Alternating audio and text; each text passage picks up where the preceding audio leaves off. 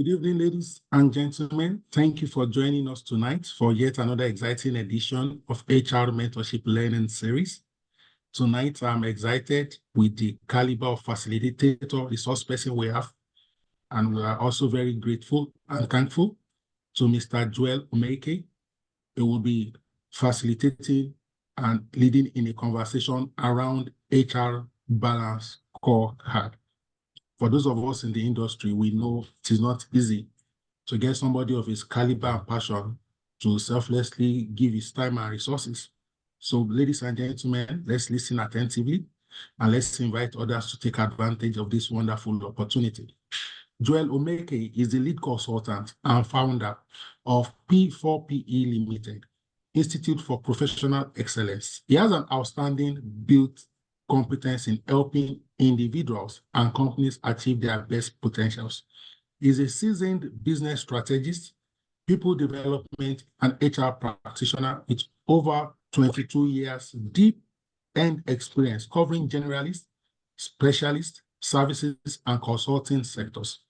He led the Learning and Performance Group of Workforce Management Center, was the group head of Human Resources and Corporate Services at Savitech Engineering.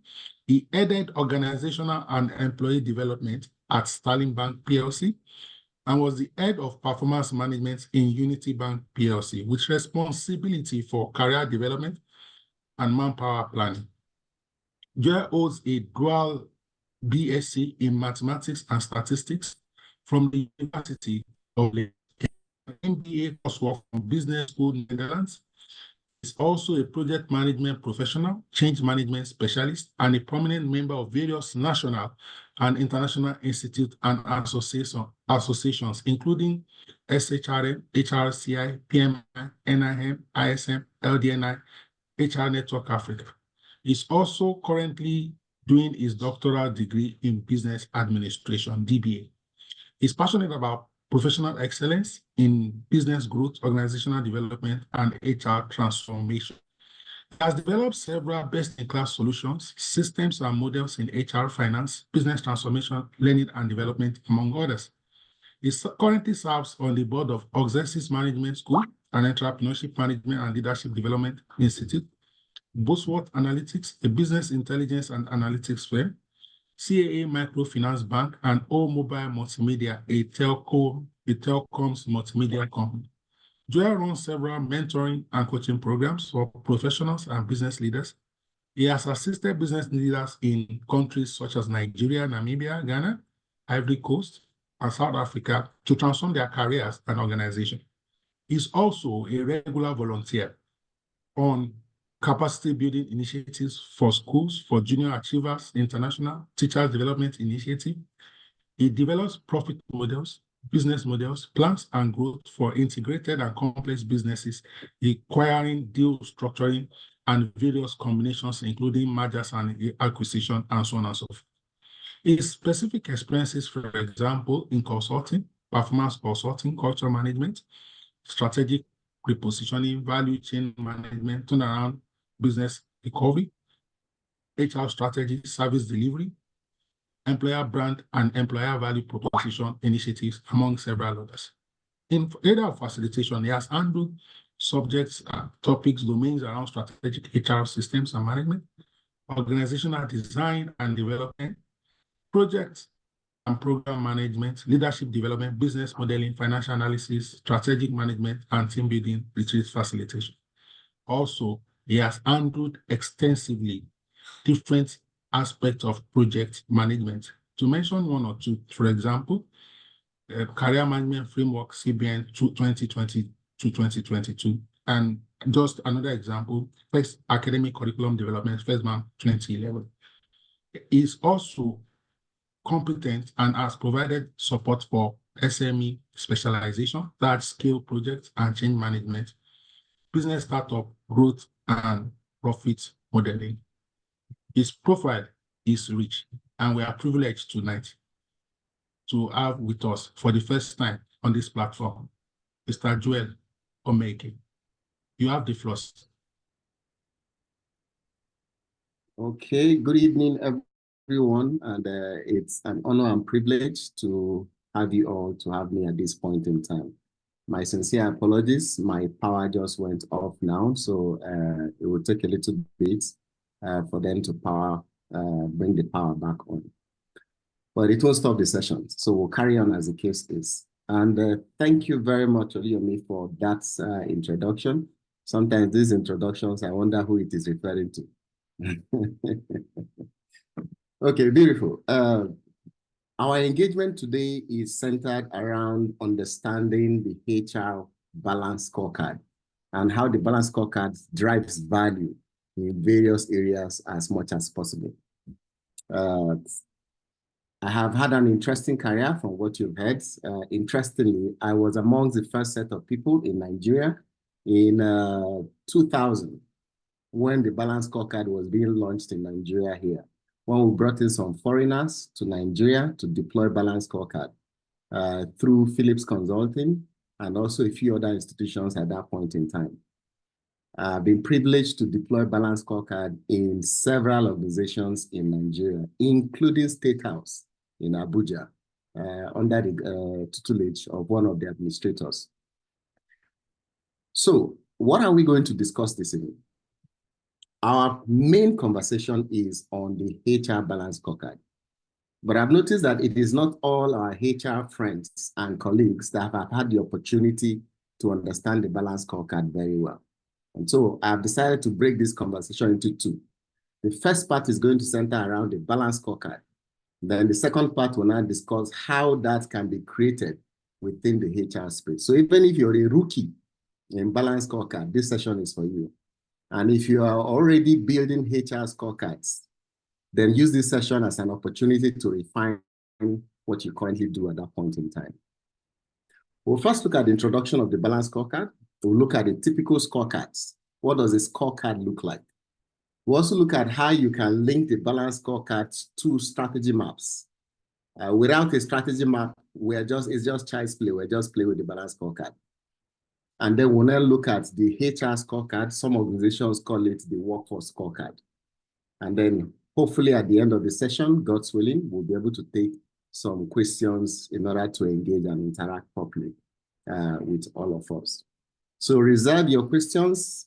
If possible, post them. Go ahead and post those questions on the chat box. I will definitely come back to it when we are done. So you don't forget your questions. Just drop it in the chat box. So let's start the first point. So the next first session is on the introduction to the Balanced Scorecard. Before I discuss the Balanced Scorecard, let me help us understand why the Balanced Scorecard is important at this point in time. There is a paradigm shift, right? In Africa. It has already happened for the rest of the world, but currently it's going on for Africa within the HR space. And this paradigm shift is saying that the way we manage HR is not good enough. The average HR departments, up until about 10 years ago or thereabout, spends quite a lot of time in transactions and also in administration. You will notice as much as possible that a lot of time is spent on HR transactions and HR administrations. When we say transactions, what do we mean? Handling employee inquiries, employee transactions, processing leave, processing loan, processing documentations and things like that. Those are called transactions. A transaction is one-time thing you do in HR on behalf of your staff. You do it and the staff moves along. Now, if you're a one-man gang, a lot of us work in organizations where we are the only HR manager in that particular place. Transactions can kill us. We may not have time to do any other thing except for focusing on these transactions. The second thing that takes our time in HR is administration. And HR administration, or what they call HR admin, can swallow the rest of the time that is left. HR administrations are processes that happen within HR that has a start and has a finish. And then in a periodic manner, in the next season, we do that particular process again. An example is payroll. That is why it is called payroll administration. You engage with vendors, you engage with suppliers, you engage with budgets, you run your HR systems like payroll, training, recruitment. Each of these are administrations you do within HR.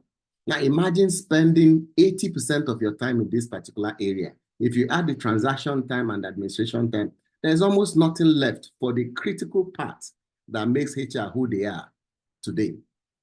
You notice that we only spend about 15% of our time on performance enhancement, like developing programs, building initiatives, helping the organization to attract the best talent, managing talent very well, retaining our high-performing individuals in the organization. There isn't enough time to be able to do those. Then when it comes to strategy, and strategy is about aligning how we operate in HR in such a way that it supports the direction of the organization. It ensures that the needs of the organizations are met at that point in time. Some of us spend just 5% or even no time in that particular area. So we end up being reactive. They always come back to us, right? We're always firefighting, as the case may be. This paradigm shift is saying that HR should move away from this particular way and move into a future state in which we spend more time on strategy and on performance management or performance enhancement. And since the discussion on the Balanced Scorecard is around performance management, this is very apt and very important at this point. So it is important that we have a system through which we're able to manage performance in the organization and then chart the costs properly. The question is, what then is the Balanced Scorecard? Short definition, the Balanced Scorecard is a strategy implementation tool. It helps you to design, to manage the strategy of the organization. It's a methodology that is used by management to bridge the gap between our strategy objectives and the operations that we run in the organization. It's a methodology that managers use to balance the various parts of the organization. Now, when we say balance, what do we mean by balancing? When we say the scorecard is balanced. The scorecard is said to be balanced because it looks at various things at the center, and each of those things must be balanced. An example of what the scorecard balances is financials and non-financials. Most organizations measure results by the financial returns that they have, either by revenue or sales or profits or income or cost savings, as the case is. We say that these are narrow-minded way of measuring. There are other non-financial measures that are very important. And financial measures are like measuring with a rear view mirror, looking at the back, what has happened already. Because financial measures only tell you what has happened yesterday. Like your balance sheet. Balance sheet says balance sheet as at the end of 2023. So you can't do anything about that year has passed. Your profit statement says profit for the period January 1 to June 30th or thereabout. It has passed. There is nothing you can do about it. So non-financial measures are things you are currently working on, and so you can affect them. So we need to balance those two. Another thing the Balanced Scorecard balances is your short-term and long-term measures. Your short-term measures are operational things that you're pursuing immediately at this point in time. Number of sales, quantity that you have produced at this point in time. Employees, the number of employees that you have, employees that are deployed in various areas. All of those are short-term. The long-term goal is like your brand positioning, how you're positioned in the organization and the strategy the organization is pursuing and what it wants to achieve at that point in time. Then your performance drivers and your outcome drivers. Your performance drivers, we refer to them as your leading indicators. And these things are things that show you what you are currently working on at this point in time. You need to balance it with your outcome indicators. Your outcome indicators are lagging indicators, things that has happened already that you have nothing or you're not able to actualize or operate at that point in time. You cannot manage it very well. If you balance some of these things, which is what the Balanced Scorecard promises, then it leads to strategic focus. It leads to alignment. The organization is together. The organization is able to achieve the kind of results that it expects to achieve at that point. And by means of this balancing, that things are in alignment, it then helps you to use the Balanced Scorecard to manage your performance. And the Balanced Scorecard has 4 perspectives or 4 areas, and you're familiar with those particular areas: your financials, your customer, your internal process, your learning and growth. Your learning and growth is asking the questions to achieve the vision of the organization. How must our organization learn and improve? What must we learn? In which areas must we improve upon? That is what your learning and growth is talking about. Where do we build capacity? Where do we build competence? Where do we deploy technology so that we can achieve great results at that point? Now, if you achieve your learning and growth objectives, it will drive your internal perspective, which is usually called internal business processes.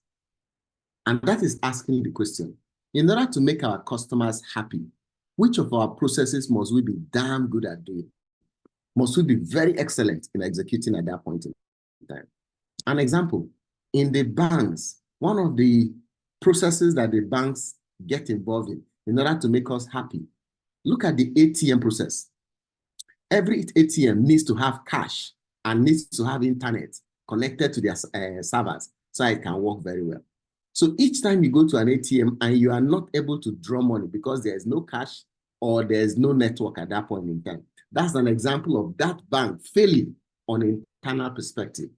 Their internal business process has failed as it respect to their ATM.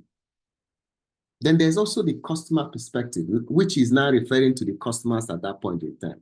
In order to achieve our vision, how must we look like to our customers? How must we appear to our customers? How do we wow our customers and make them feel good at that point?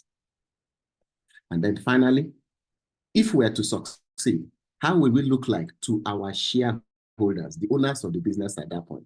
How do we show them the value of what we're delivering? How do they take away the results we delivered at that point in time? Do we meet their expectation? So your strategy can be described as a series of cause and effects. Learning and growth drives internal perspective. Internal perspective drives your customer perspective, and then that drives your financial perspective. It provides a line of sight all the way to the top of your strategic operations. And it only works when we are doing the right things in order to achieve great results within the organization. One of the major problems that we have in HR is how do we translate the Balanced Scorecard to use it in running staff appraisal? How do we turn the Balanced Scorecard so that we can use it in appraisal? You need to ask the right questions with your Balanced Scorecard for you to be able to achieve this. There's what we call the theory Z of the Balanced Scorecard. And if you look at this particular perspective, you can see our finance, you see our customer, you see our internal process, you see our learning and growth. For the learning and growth, we ask the question, if we have the right staff, now the right staff means right competence, right skill, right pricing, right motivation, right deployment, as the case is, right number of staff that we expect to have at that point. If we have the right staff, what will happen? Of course, it then means that we will be able to achieve our processes. The job will get done. Now, if we do the right things, which is the processes now, what will happen? It means that our customers will become delighted. And once customers are delighted, they are reaching out for their wallet immediately, paying for any service that we've asked for at that point in time. And then we look good. We'll have a good business to provide to our shareholders and our stakeholders. So if you look at it this way, so you ask yourself under learning and growth, what is the competence we are building in our staff? What is the engagement? What's the excitement? What are we putting in our staff to ensure that they are able to deliver on those particular results? And then how do we ensure that our processes are efficient and seamless so that the customer only just gets wowed in the results that we give to him at that point? And so your Balanced Scorecard must be in alignment. You cannot have an organization that is scattered, right? And this reminds us of the need for us to align or cascade the Balanced Scorecard from the top, from the executives down to the various departments, from corporate to the department to the team. And it's not just the strategy that is cascaded at that point in time. We shall also cascade the objectives and the measures down the line at that time. This is the framework of your corporate performance management. Your corporate performance management drives this particular cascade down one step at a time.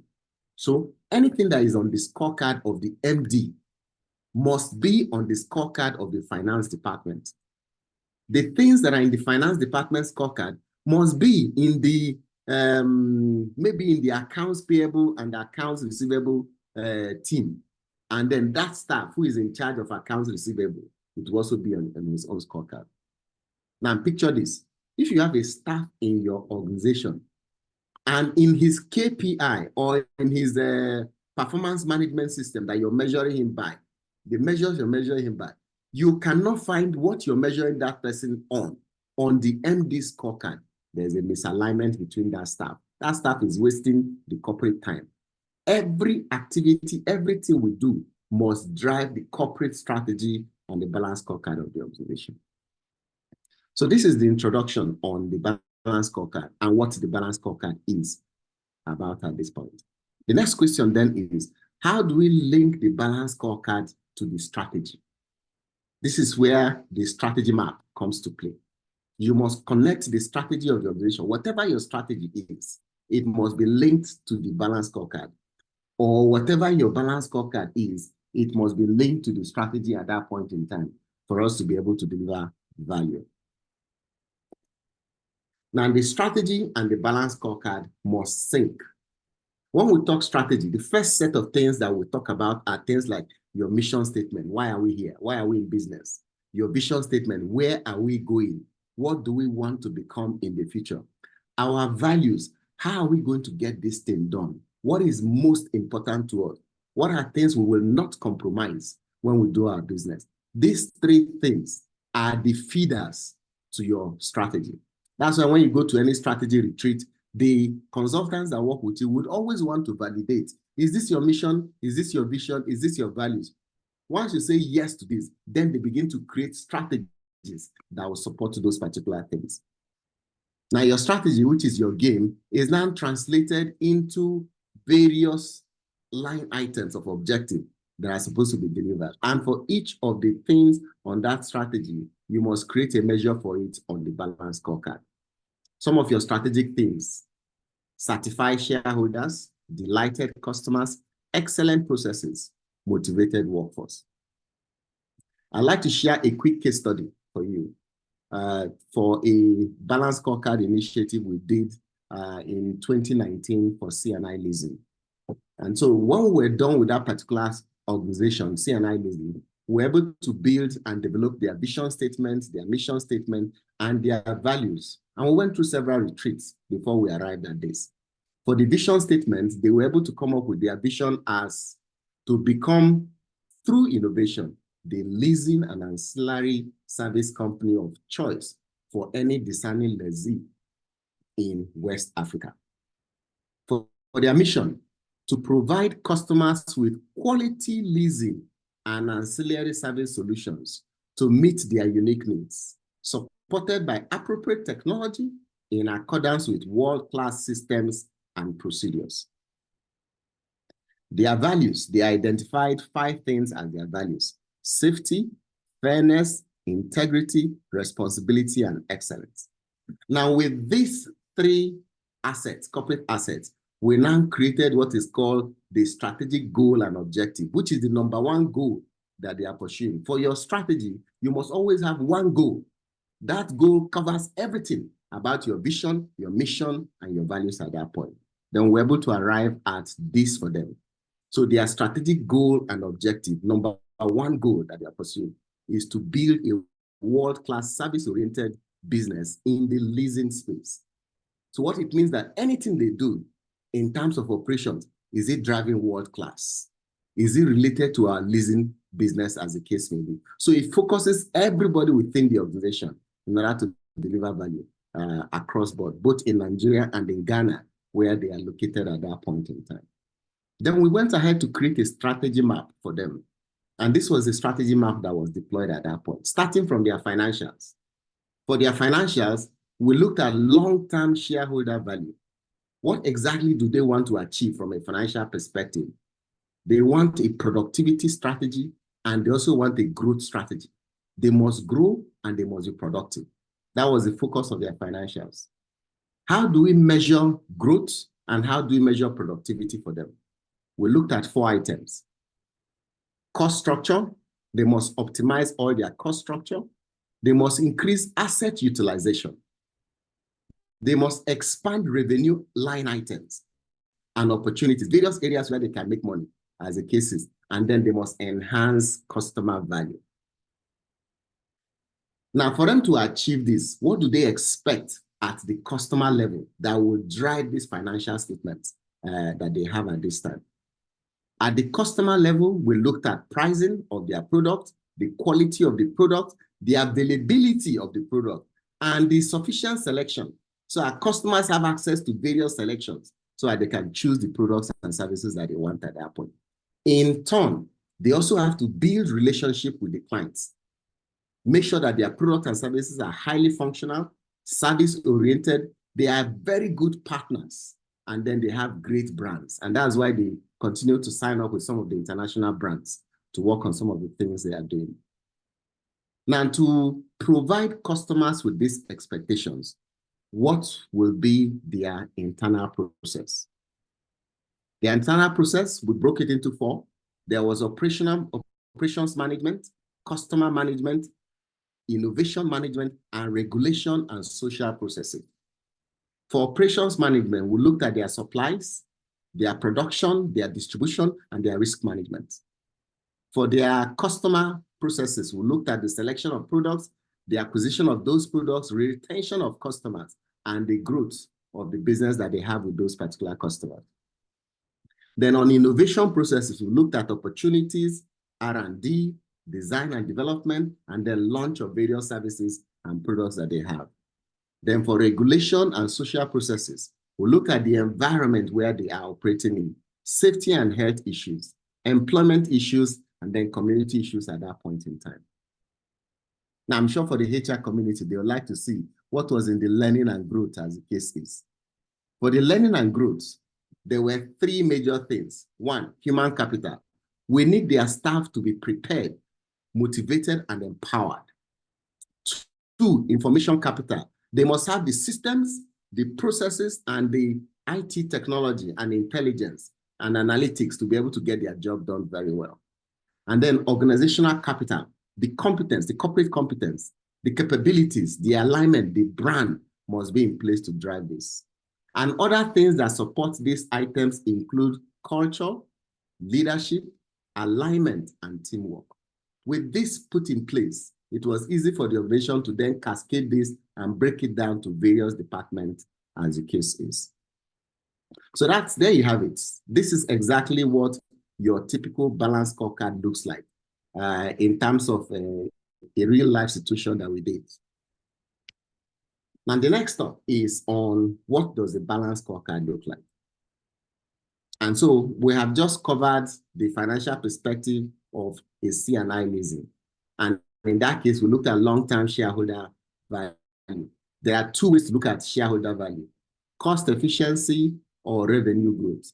In cost efficiency, you're reducing costs, you're improving your costs, you're increasing your asset utilization. On the other hand, on revenue growth, you are expanding the revenue, increasing the line items of opportunities in the organization. And then you're also enhancing customer value at that point in time. These are ways you can drive revenue or manage your cost efficiency. For customer perspective, most organizations' customer perspective will include things like customer retention, customer satisfaction, your customer profitability, based on various segments of customers that you have, your market share, right? And also your customer acquisition at that point in time. Then these 5 things are driven by price, because price affects retention, price affects satisfaction, quality affects your profitability at that point in time and your target market. Because if you have a high-end quality product, you can target high-end customers at that point in time. Then your service excellence. the availability of your service or product. So if you promise us that we will get served in 30 minutes, in 1 hour, do we wait 2 hours? Do we wait for 1 day, as the case is? After a while, we'll begin to look for alternatives. Then there's issue of brand also. Because people usually have a brand affinity. They have connections with the brand they work with at that point in time. Internal process, your operations, and in that operations, we look at how do you make your product, how do you make your services, your supply, your production, your distribution. Your customer segments and your customer management system. What are the processes that enhance customer value within the organization? Things like selection, acquisition, retention, and growth. In terms of innovation processes that create new products, new services, and that help you to continue to drive value at that point. Things like new ideas, your R&D, your design, and then launching of your new products at that time. Then your regulatory and social processes. These are processes that improve communities and the environment also. So what do you do to ensure that you are a corporate citizen, social responsibility at that point in time? Then the last part of the balanced scorecard is the learning and growth. For us, we broke it into 3 areas. Human capital, which is your staff, and we're talking about their skills, their knowledge, and their attitude. 2 is organizational capital. We're looking at the culture of the organization. Is it a performance-driven culture? Or is it a laissez-faire culture that you have at that point in time? Leadership. Success or failure of the organization rises and falls on the type of leaders that you have within the organization. Then your various organizational development initiatives at that point in time. Under organizational development, you have things like your management development program, your leadership development programs. They are all under that particular side. Then your information capital, IT. Do you have the systems? Are your systems best in class? Are they the latest systems? Do you have a database you can use to work on at that point? And then do you have a network that helps you to deliver results as much as possible? So those are the 3 areas that looks at your balanced scorecard, learning, and growth. Now, there are some critical success factors anytime you choose to implement the balanced scorecard. 1, management must buy in. It is no use. Please do not implement a HR scorecard or any scorecard at all if your management is not with you. If they don't buy in at that point in time, it's an exercise in futility. 2, you must train your staff on the balanced scorecard. It's not enough for you to do in-house session. In-house session is not enough to train people on the balanced scorecard, for them to be able to deliver the kind of expectations, understand it, and do it very well. Imagine you know the number of trainings you've attended so far, the number of books you've read in order to understand the balanced scorecard. This is why putting people in class for 1 hour or 2 hours is not enough to say you have trained them and prepared them for the balanced scorecard at that point in time. You have to do more than that at that point in order to deliver the kind of value you expect. Then also is effective communication channels. What are the various channels of communicating the value that you have to your organization, to your various individuals? How do you drive engagement? You can use emails, you can use WhatsApp, you can use your team management platforms, your project management platforms, you can use Slack, you can use Zoom, you can use any of those particular platforms. But you must choose various communication channels that your employees are regularly on and are used to and like being on at that point in time. So there you have it. That is what the balanced scorecard system is and how to progress from it. If you implement your scorecard properly, this is what a final template of the scorecard will look like. This is what we refer to as the executive scorecard or the MD scorecard. You see to the left here, it contains that strategy map.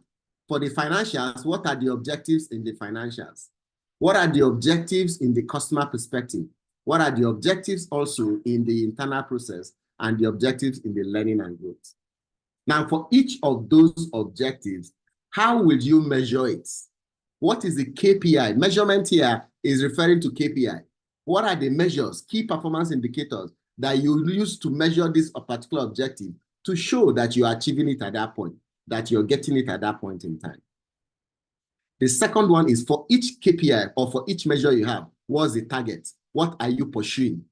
Assuming it is revenue or sales, how much?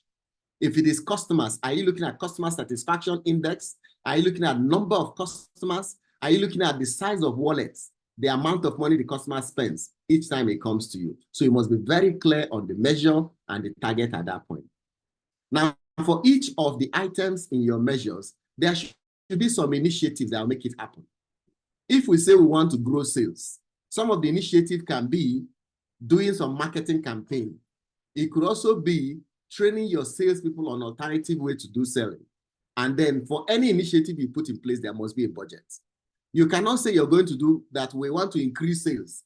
And to increase sales, we are going to do a lot of marketing. But when it's time to do promotion, MD and finance says no budget, no money. Once there is no money, the initiative fails. If the initiative fails, the measures fails. And if the measure fails, the objective fails. And that part of the balanced scorecard fails at that point in time. I hope this conversation has helped us to understand the balanced scorecard end to end. This is a brief 30 minutes training I can provide on the balanced scorecard. Let's now turn attention to the HR scorecard, the HR and workforce scorecard. It is difficult to discuss HR scorecard without discussing some HR metrics and HR analytics. There are two major things when it comes to HR scorecard, and that is your effectiveness and efficiency. Your balanced scorecard is designed to measure how effective HR is and how efficient HR is in ensuring that they produce the behaviors, employee behaviors that the organization needs to drive its strategy. What is effectiveness? Effectiveness is asking the things we say we are going to do. For example, we're going to run engagement, we're going to run training, we're going to do recruitment. Did we do them? If we did the training, are staffs now more competent? If they are competent, HR is effective. If we did engagement, are staffs now motivated to get the job done? HR is effective. So that's an example of effectiveness. On the other hand, efficiency. We're asking, how successful was HR in doing this job, in managing resource in terms of time, resource in terms of money, as the case may be. An example of efficiency. There's a HR KPI that is referred to as time to fill vacancy. That measure or that metric for HR is measuring HR's ability to hire a candidate very fast. Imagine we need a sales manager and the sales director or the MD says, HR, please get us a sales manager. And 3 months down the line, HR is still advertising, interviewing, and trying to get the candidate inside the organization. 3 months down the line is 3 months of revenue lost. That's highly being inefficient at that point in time. Again, still staying on recruitment. What is the cost per hire? How much did it cost you to hire one person? I remember one of the most expensive recruitments that we did for a particular director in one of the financial institutions, as the case is. When we were hiring the director came when he was joining the organization. He said, one, before he can come and join the organization, he needs 1 year's salary paid upfront. And that 1 year's salary is not the salary you pay him on a monthly basis. It's a sign-up fee. And I was like, are you kidding me? Sign-up fee? Is this a football club? But the board approved and they paid 1 year's salary upfront for the ED before the ED took up the job. When he came in, they gave him 2 official cars, a Jeep and a saloon car. And he said no, that he doesn't like the Jeep that they gave him, that he wanted a particular brand of Jeep. In his office, he says he doesn't like the furniture in the office. They should remove it and get him Italian leather furniture, as the case may be. But guess what? The target they gave this ED to deliver with his team in 1 year, he delivered it in 3 months. So it doesn't matter what kind of staff you hire if you don't have highly competent and efficient way of getting that job done at that point in time. So efficiency is very critical for HR. I mentioned 2 areas of efficiency. Now, when it comes to creating the HR scorecard, there are some things to know. 1, you cannot create a HR scorecard if you do not understand the strategy of the organization. Every functional scorecard, if I go back to this slide that we showed earlier, every functional scorecard must be in alignment. The HR department scorecard must align with the corporate scorecard. And of course, the corporate scorecard is in alignment with the strategy of the organization at that point in time. So what is the extent of understanding of the strategy of your business that you have? Do you understand your strategy? You see why where we started in our conversation today. We say that there is a paradigm shift, that HR needs to move away from transactions and administration. Before you do all these nice things, HR analytics, business partnering, balanced scorecard, before you do them, you must walk away from transactions and administration and spend time on strategy and performance enhancement before you'll be able to achieve these results very well. If not so, you will notice that the executives do not support you very well because they feel that you don't understand the business. You are not in sync with them in the business at that time. So know the company strategy. 2, understand the link between the activities in HR and how those activities drive employee behavior. How does a good performance management system ensure that the organization delivers a strategy? How does a good compensation package ensure that you have talent in your organization at that point in time? How does a good management development program ensure that managers are people employees want to work with and not managers from hell at that point in time?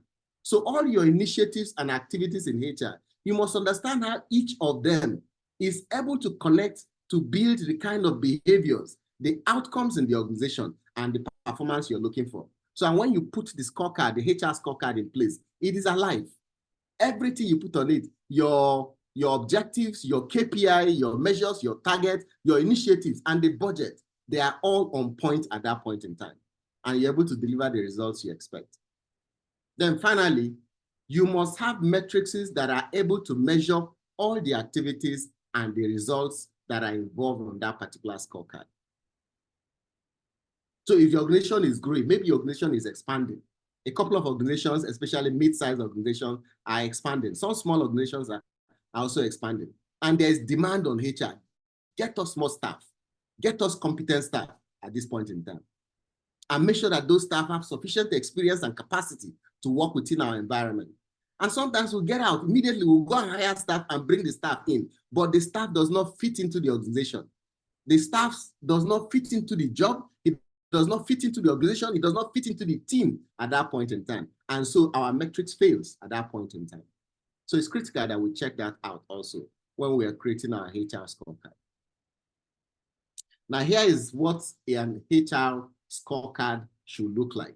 If you create your HR scorecard, we are going to translate that corporate scorecard that we have and create a HR version of it. So you can take this scorecard and go and adapt it for your own organization and build it from there. But please note, do not use the measures that are on this scorecard the way it is, because your organization is different. No two organizations have exactly the same scorecard, as the case is. So let's start with the financials. Remember, in the financials, drive long-term shareholder value. How does HR help the organization to drive long-term value? The first one is optimize HR efficiency. Make sure you're not wasting money for us. Don't hire a staff that is supposed to be paid 5 million naira. You go and hire him at 8 million naira. That's a waste. We are wasting salaries at that point in time, wasting money that could have been used in other areas at that point in time. Another thing, enhance people and organizational effectiveness. Make sure that our team are high-performing individuals. If you did appraisal today, and then at the end of the appraisal, June is about to end. When June ends, we're half year. And perhaps you do a half-year appraisal, and then the results come out, and you identify some staff that are not delivering the way they are supposed to deliver. What do? It's our core responsibility, according to our strategy, according to our balanced scorecard, to ensure that that staff becomes a high-performing individual. That is how we contribute to the finance of the business.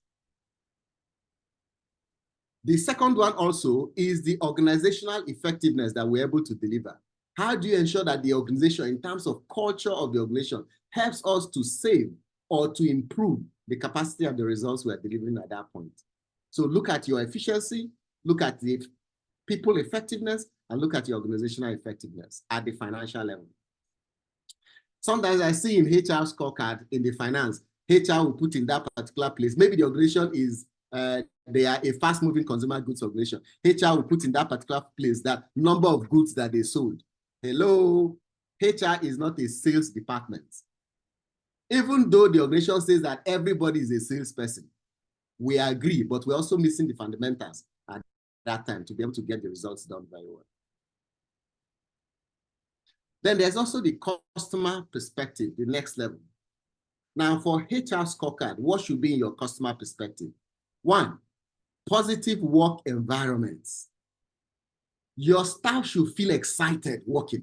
That is what you expect of your customers. You expect your customers to come to your organization when they are doing business with you to be wowed, to be excited. How about our staff? Our staffs are our customers. Do they feel excited? Do they feel wowed by HR?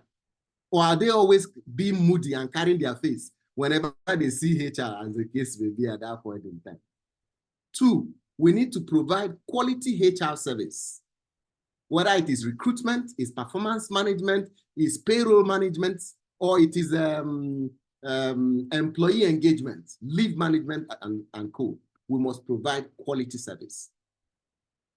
We must also provide high-performing people in the organization, because that is exactly what leadership is looking for.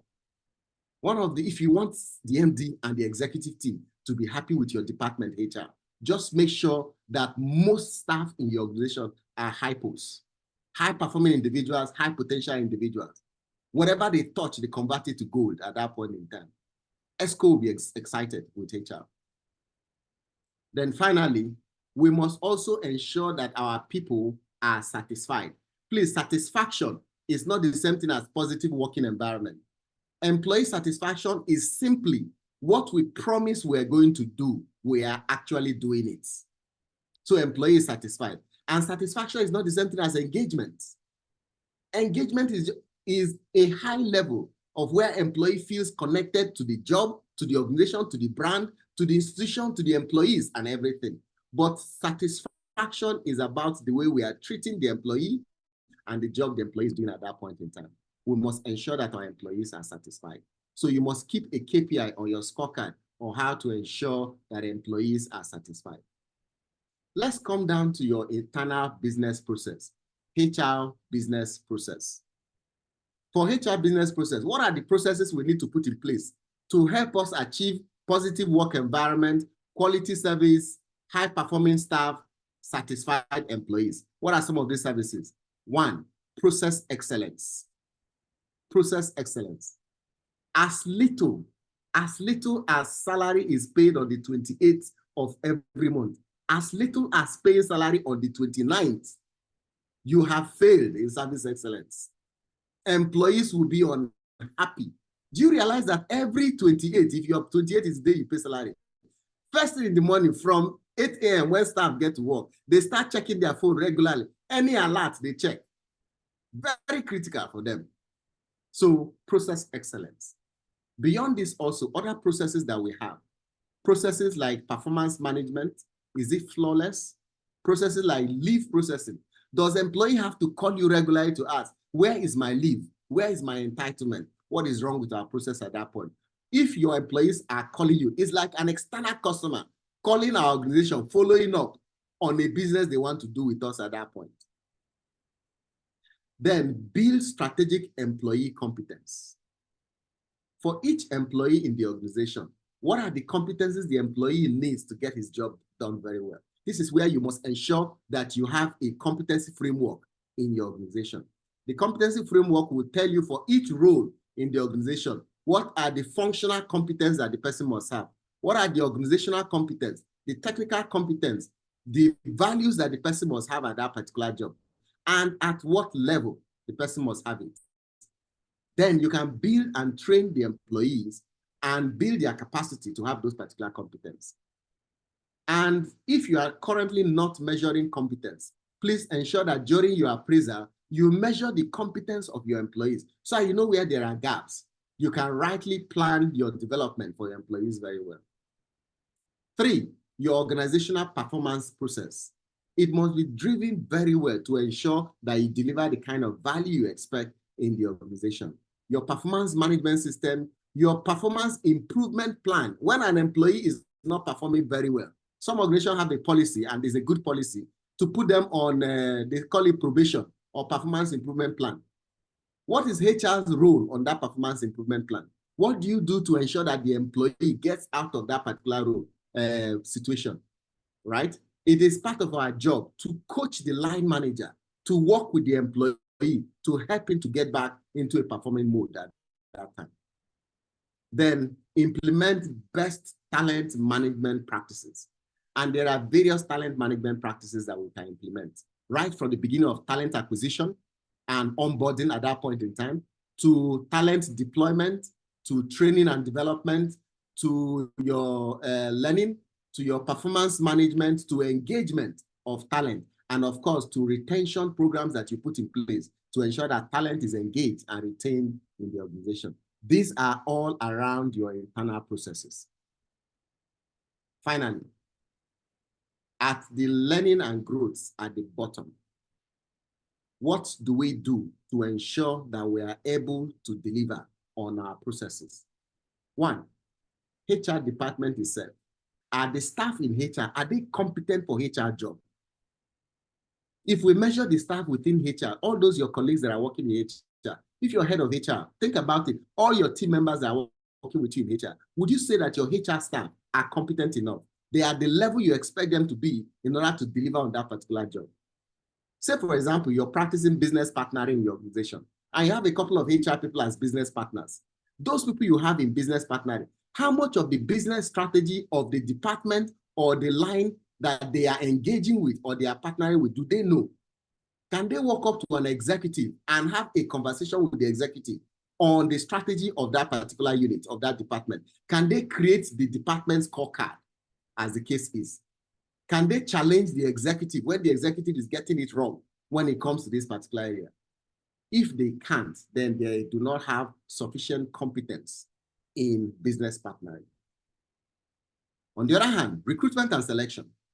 If the turnaround time for hiring your candidates, or candidates are resigning before they've done 1 year in your organization, or candidates are coming at a high price, or we cannot find the right staff in order to do our job, check again at the competence of your recruitment team, whether they are strong enough to deliver on that particular value at that point.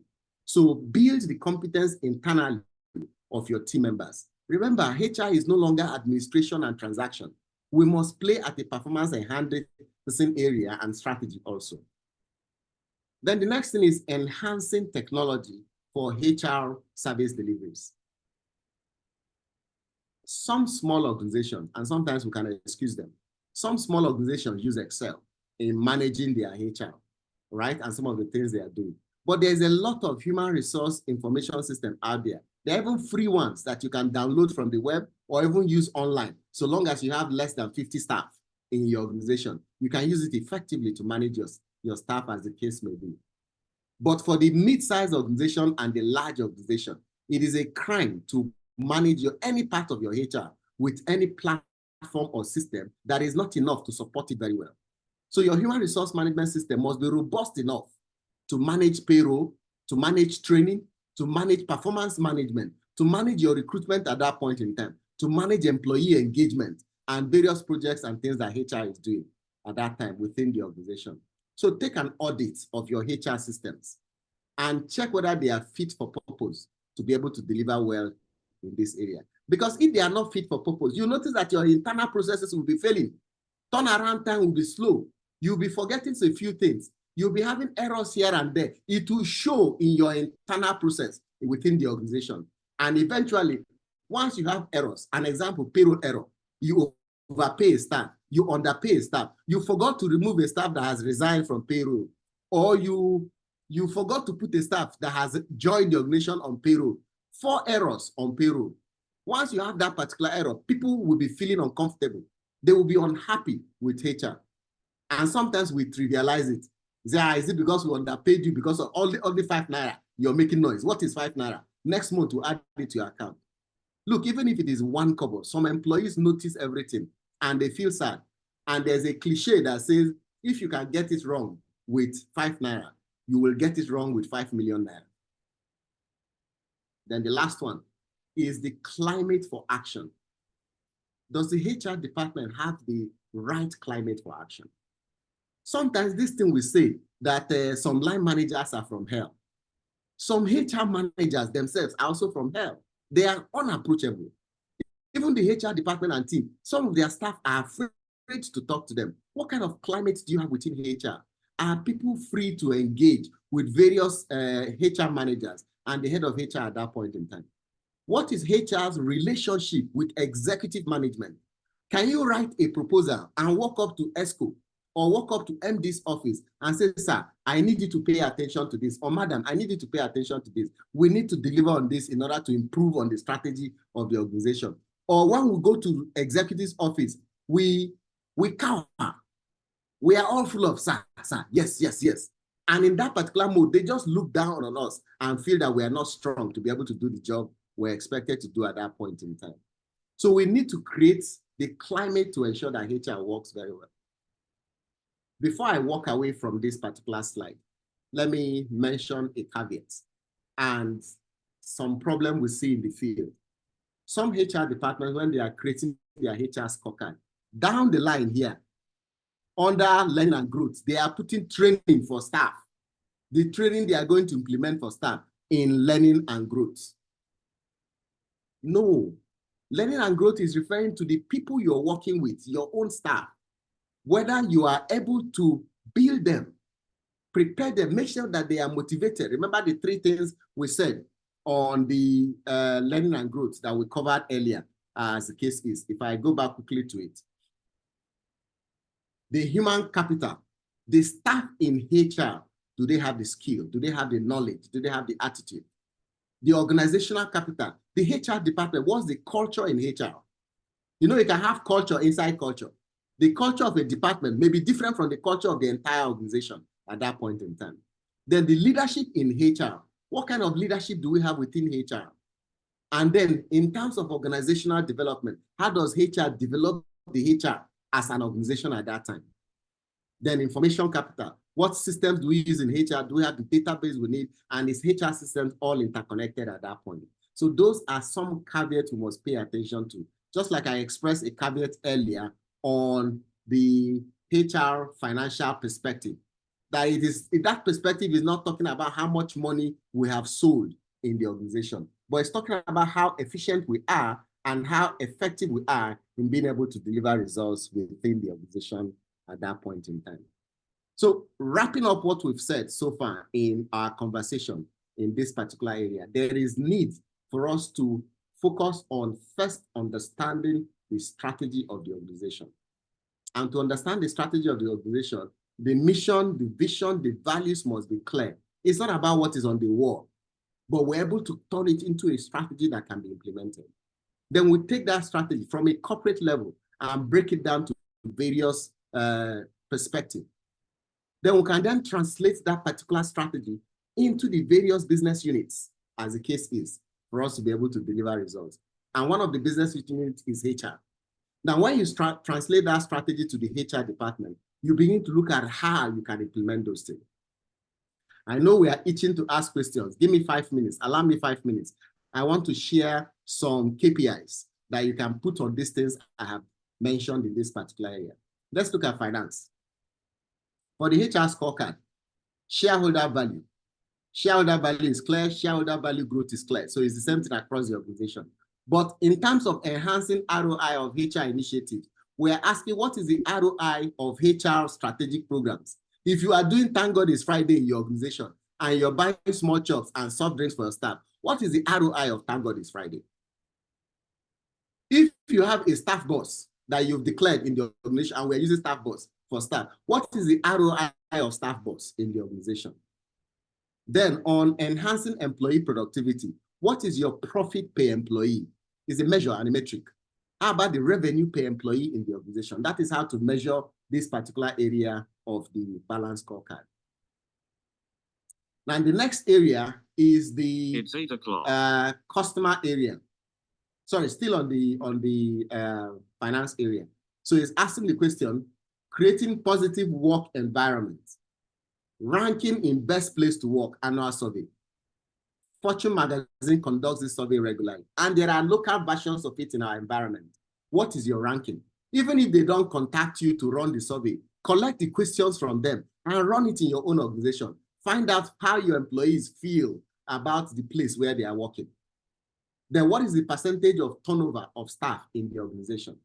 What is the employee satisfaction index? So some organizations run employee surveys every year, maybe in January or December to measure, so to speak. And I think the wrong time to run employee survey is after you paid bonus or giving staff ororo and rice, because the survey will show everything is okay. Run it at a time when everything is normal, so that people are not influenced in any way, and they will tell you the real feeling that they have on the organization.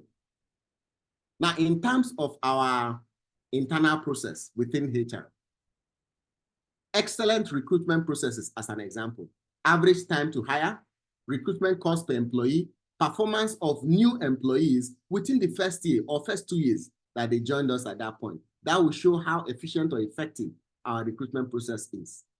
Then we spoke about developing strategic competencies of all our employees. What's the average time it takes to train staff to acquire competencies? What's the average time it takes in order to bridge a gap that employee has that has been identified at that point in time? What is the percentage of competencies in the organization, strategic competencies that drive the business that we have in the organization? If you identify those competencies, how many of our staff have it? And what percentage do they have it at that point in time? Then best talent management practices. What's the number of qualified talents that you have in the organization? If you look at all your strategic positions, if you identify your critical positions in your organization, how many of those positions are occupied by a talented staff? Or some positions, people are just there, they are hanging on in that particular area. Then what's the progress of talent development plan in your organization? You may put in place a talent development plan. Are we actually working that plan out? Or we're always receiving information, there's no budget from management? What percentage of senior managers have been promoted internally? Or is it every time you have vacancy, you're always hiring from outside? Every time you have senior management vacancy, you hire from outside. That shows a vote of no confidence in the competence and capacity of the people you have in the middle level in the organization. Then you optimize your performance management system, your competency assessment, your performance feedback, and the number of times it is conducted and those who receive the feedback. Finally, your learning and growth in HR. What's the percentage of HR employees who develop their individual plans and achieve it? What percentage of HR employees are fully able to execute the plans that they put in place at that time? And then your technology portal. Do you have a portal? If you don't have a portal, have you started work towards getting one?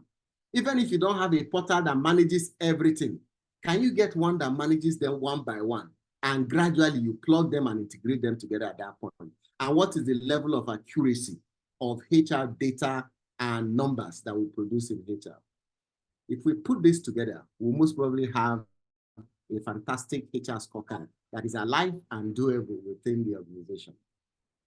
Thank you very much for your time. I hand over back now to our host so we can take questions and answers. Thank you very much. Wow, thank you so much. That was fantastic. Thank you. That was very so fascinating, so enlightening. Please, in the chat, let's drop some emoticons, some emojis to show our appreciation of this session so far. Thank you so much, Mr. Joel Make. I didn't expect anything less. That was fascinating. Thank you so much. Ladies and gentlemen, we would like to take some few questions so that we can call it a wrap. Just to mention, next week, by special grace of God and based on the magnanimity of Mr. Joel Omike, he will be here again. And then in 2 weeks' time, is back to back. We are here to wreck your ignorance permanently. Of course, and I'm happy that showing on your screen right now is Mr. Joel Omike's contact phone number email, social media handle. If you need him at any level, he's a consultant. I recommend him without any reservation, any day, anytime for your corporate needs. Please reach out to him. Thank you so much, sir. Meanwhile, while the session was on, I think a few questions are dropped. Again, I'll prefer typed question because it makes you articulate your question directly so that we can go straight to the point because of time. Benga Odunlami here says, I understand that there is balanced scorecard, management by objective, budget-driven approach for performance management system. With your explanation, it seems balanced scorecard is management by objective plus budget-driven, or which will you recommend? Okay, so thank you very much for that question. Fundamentally, the balanced scorecard really, if you tear it apart, is a combination of different things. The first part on the balanced scorecard is to ensure that it is strategy inclined, is aligned to your strategy. The next thing is the objectives, which is what people refer to as management by objective. But we have said objective is too broad, it's not enough. That you should now break the objective into KPIs or measures. This is where the next thing that is called KPI now comes in. Some organizations don't use balanced scorecard, but they use KPI. So you can arrange the KPIs. If you're doing KPI, fantastic. You're on the journey already to the balanced scorecard. Just rearrange your KPIs to connect with objectives under finance, customer, process, and then learning and growth at that point. Then we also say that your measures must come with targets.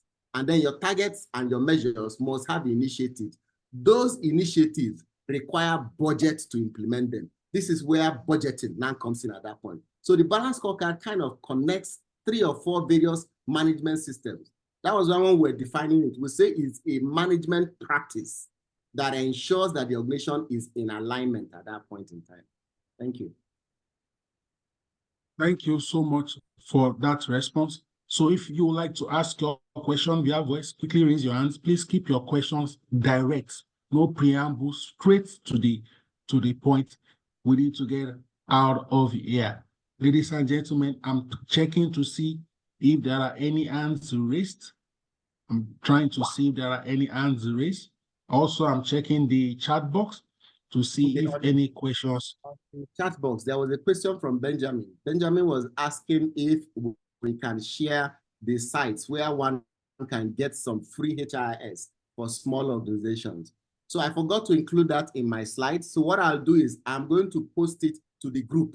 All right, so we're going to post it to the group. So when you read the chat, my chat on the group, you'll find a list of free HRIS for small organizations that you can use. All right, thank you. Thank you so much. Thank you so much for your magnanimity. All right, Benga, you can ask your question. Okay, Mr. Oluyemi, thank you so much for this wonderful session. And facilitator, I really appreciate sharing knowledge. My question is, if in a situation where I'm a new HR manager in an organization and the managing director is asking to put up a performance management system where not just only performance goals will be measured, but also the behavioral competencies, so what will you advise on how to go about this? I've worked in an organization where this is being done, but it's a multinational and is cascaded all the way from regional office. So, but I found myself in a situation where I need to build this from scratch. And what will you advise me to do? Thank you. Okay, thank you very much. When it comes to behavioral competencies, so we are assessing things like personality, things like style, and all those particular things. It is best to put it in the learning and growth of your balanced scorecard. If you're implementing balanced scorecard, you will put it in the learning and growth perspective. And please do not put more than 2 or 3 behaviors. If not so, you will be monitoring employees' behavior instead of monitoring performance. All right, so you focus on just a few of them and put it in the learning and growth. But if you're not using the balanced scorecard, maybe you're using a KPI system, then at the top of your KPI, you focus on the deliverables, the functional deliverables on the person. Then at the end of the KPIs, you now list behavioral competencies that you expect to measure that individual on, as the case is. But note, behavioral competencies are not individualized. They are institutional. And when they come to institution, they are measured based on grade level. What kind of behavior do you expect from entry level? What behavior do you expect from middle level? What behavior do you expect from management? So that's what you're going to put. And it is uniform across the organization. So that way, it is easy for you to track, to measure, to run analysis on it, and perhaps to run trainings and engagement interventions on it at that point in time. Start small. Put it at the bottom. Don't make it the curtain. If not, so people will stop performing and focus on being nice and doing what you expect them to do and not focusing on driving their result at that time. So try that, Benji. I'm sure it will work. Thanks. Very, very clear. Thank you, sir. I really appreciate your response. Yeah.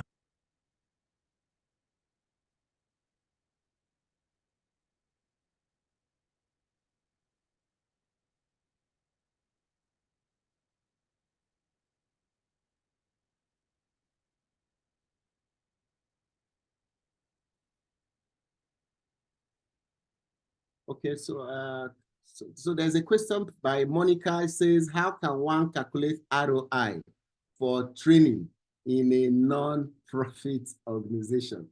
Okay, so this is a very strong one, as the case is.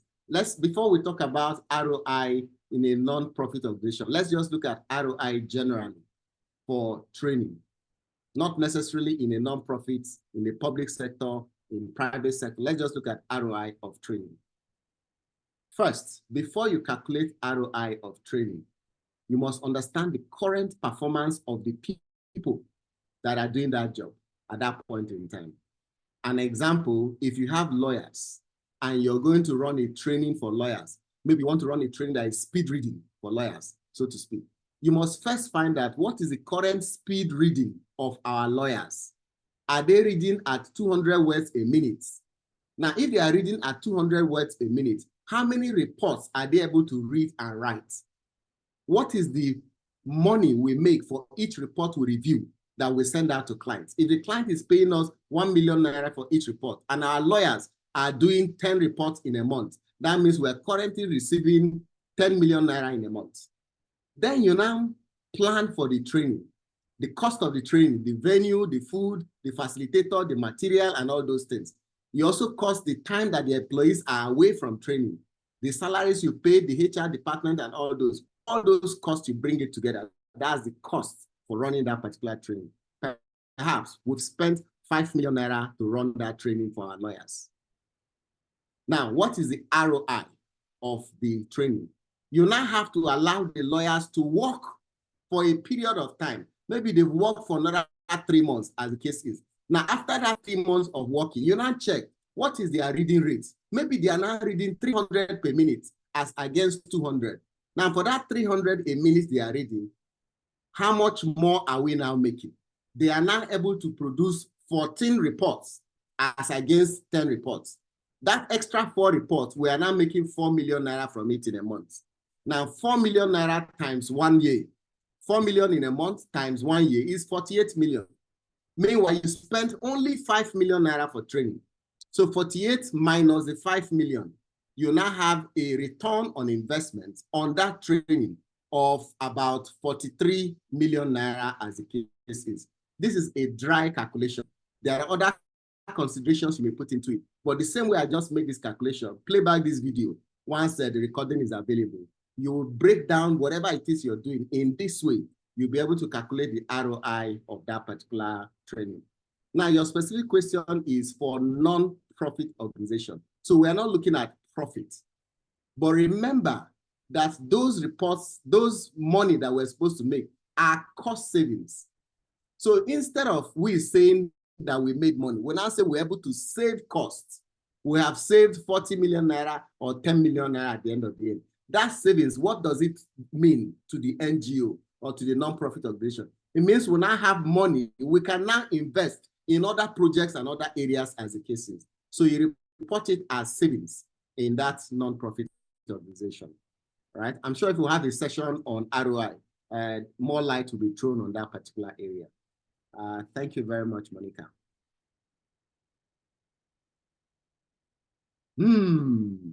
Samuel says, where does the weight aspects of the balanced scorecard come in. Now, interestingly, the weight is everywhere in the balanced scorecard.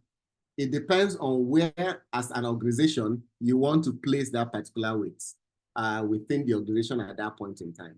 You can place the weight at the perspective. You can place it at the financial, customer, business process, or at the learning and growth at that point in time. Some organizations, because assuming you're using it to measure performance of an employee, so under the financial, he has a score. Customer, he has a score. Process, another score. Learning and growth, another score. So you have 4 scores. If you have measured those areas over 400, you can weight it and put a weight across them in that particular area. Now, that is at the perspective level. Now, if you get into each perspective, there are objectives. You can place the weights in those particular objectives also. So maybe in the learning and growth, there are 3 objectives. 1 is on motivation, 2 is on learning and development, 3 is on the use of IT and IT software. You can place weight that, okay, no, that his training and development matters more to you than his motivation. So you place 40% weight in that particular area. And then the use of IT, it matters to some extent. So you put 35% in that area. And then you put 25% on motivation, as the case is. So you can place weight anywhere in the organization, in the balanced scorecard. What does the weight do? The weight helps us to understand what is important. And to the employee who you give that weight to, it helps him to understand where he should focus his energy on. And then he can pay attention in that particular area. Thanks.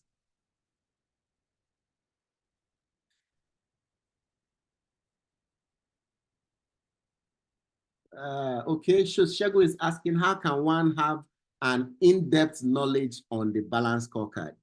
2 ways, education and practice. For education, you can read books, right? And in your materials, you will notice I included 3 books that you should read, recommended reading materials. One is the strategy map by the Robert Kaplan and David Norton. They are the inventors of the balanced scorecard. The second one is alignment, again by the same 2 authors, using the balanced scorecard to create corporate synergies within the organization. You can also read this particular book.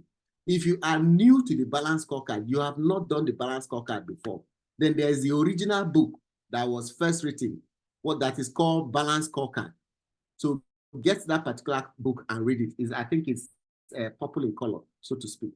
Then if you are now ready to implement the balanced scorecard within the HR department, I'll recommend the book by Dave Ulrich and Becca and Brian that is called the HR Scorecard, Linking People, Strategy, and Performance. It walks you through the various areas. So these are books. Another area in which you can develop competence in the balanced scorecard is to attend webinars. There are various organizations online that run some webinars. Some are free, some are paid. Or you can attend a balanced scorecard training. And you can ask your organization to implement and run a balanced scorecard training. We'll be more than happy to assist you in that particular area to develop and run a balanced scorecard training. And then finally is practice. Just start from somewhere. Start building KPIs. Start building balanced scorecard. The first balanced scorecard you build, you will not be impressed with it 2 years down the line. But at least the journey of 1,000 miles starts with 1 step. So start practicing the scorecards and things like that. And then you build the capacity in that area also. All right. Thanks.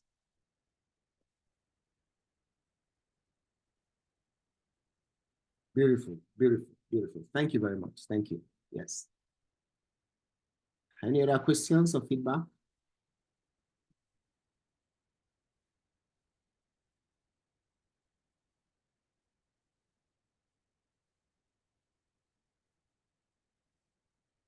So while we are waiting for more questions and feedback, let me now share with you the HR scorecard from that particular project for C&I Leasing. Because when we finish the corporate scorecard, we'll now cascade the scorecard to the various departments.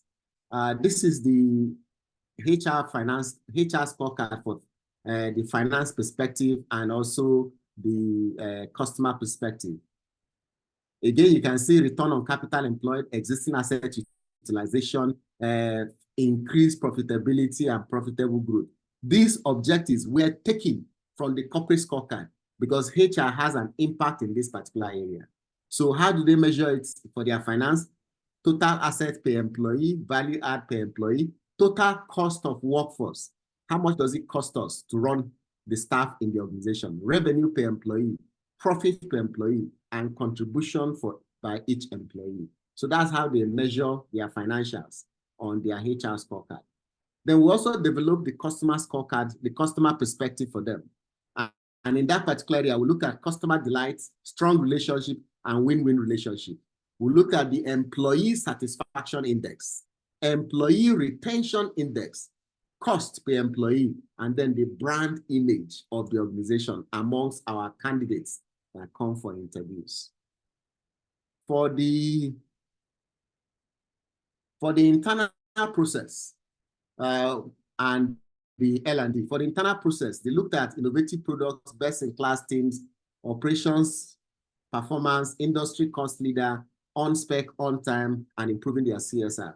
Some of the things they looked at is administrative expense per employee, HR administrative expense compared to total revenue in the organization, processing time, outpayments, HR service turnaround time, average lead time, regulatory compliance index, improvement of productivity, and the other ones are down there. For the learning and growth, climate for action, core competencies and skills, and access to strategic information. We look at the strategy, competency availability in the organization, strategic information availability, investment in training, pay staff, investment in employee engagement, investment in development of a candidate pipeline to ensure that we do not lose, that we always have candidates whenever we need to hire at that point in time. Then competency development expense, employees view or empowerment index within the organization, employee survey, and how they were able to develop their balanced scorecard. Let's see, any other question? Okay, yes. And then in terms of initiative, they also developed a few initiatives. I'll just randomly read two of them or so. Linking the corporate scorecard, perform an HR process analysis, analyze the current HR service delivery, conduct a skills analysis and development, design supporting tools and processes, develop and reinforce employee trust in leadership, revise and review employee handbook and HR policies. So you can see that these things are things that are doable, and they were able to achieve it, and they used it the best they can as they progressed within that organization. Yes, thank you very much. Leomi, are you there? Yes, Benja, please go ahead. Okay, Mr. Joy, thank you. This bonus that you just gave us on the HR strategy you did for C&I Leasing, we don't mind if you can share with us, sir. It's this information is part of your slides, so I'm sure when you get the slides, you get it. Okay, thank you so much, sir. Thank you, sir.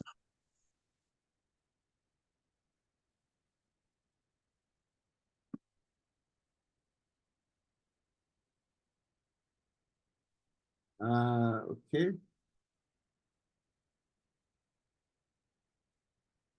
So any other questions or feedback? We can wrap up now. Okay, thank you everyone for your time. It's been nice working with us today and sharing the various thoughts that we've shared so far. I hope we've been able to share some information you can chew and adapt to your own organization and find a way to improve your practice in HR. We are all for advancing the practice of HR and growing everyone as much as possible. Thank you again for your time, and you have a lovely evening.